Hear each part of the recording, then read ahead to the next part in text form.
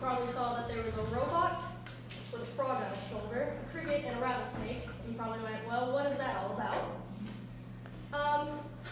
For my senior recital, I knew I wanted to write something or arrange something or something of that matter, but every time I tried to think of a good enough song to arrange, nothing worked in my head. And so one night at 3 a.m. in the shower, I had an epiphany.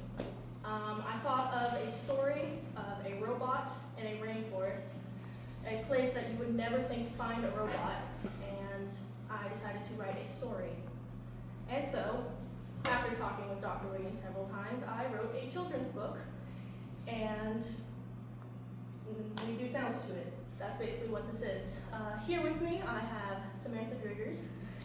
She is my roommate, and she is wonderful and lovely, just one of the best people to have as a friend. This is Erin. She was one of my first friends I ever made here, and she has been one of my closest friends since I got here. This is Rachel.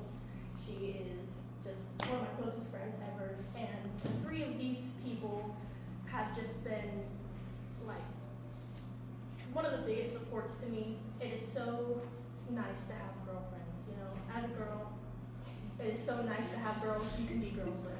So this is Robot in a Rainforest.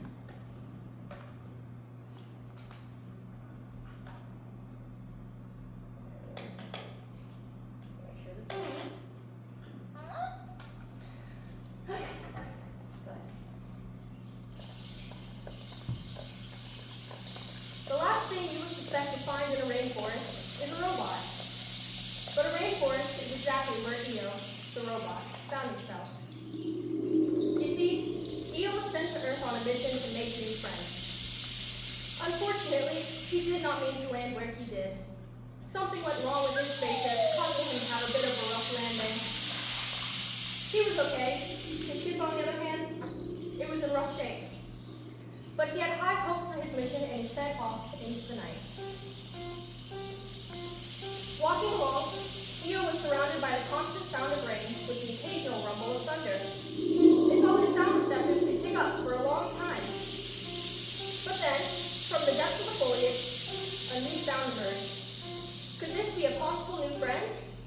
Eo rushed to find where the sound was coming from.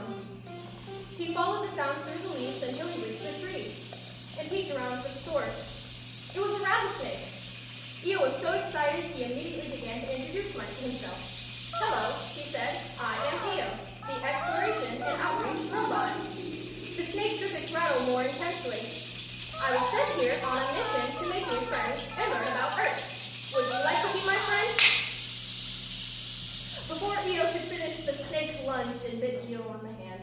Oh my, exclaimed Eo. He was unharmed, being made of metal and all, but he was a bit shaken. As the snake slithered away, Eo felt a bit sad. His first attempt at making a new friend had gone all wrong. Nevertheless, he decided to continue and try again. As Eo walked through the rainforest, he wondered what he could have done to receive such a reaction from the snake.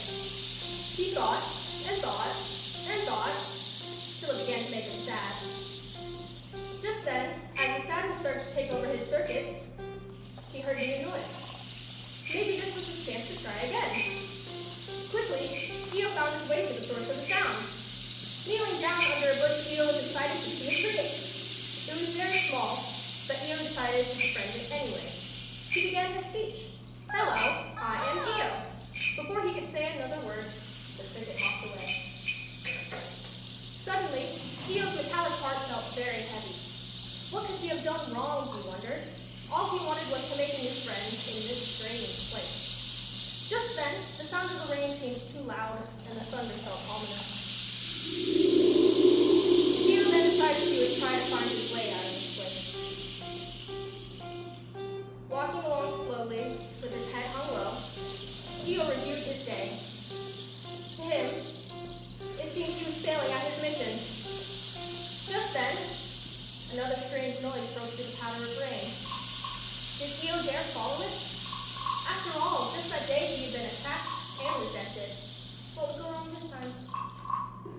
Despite his hesitation, Eo decided to give his mission one last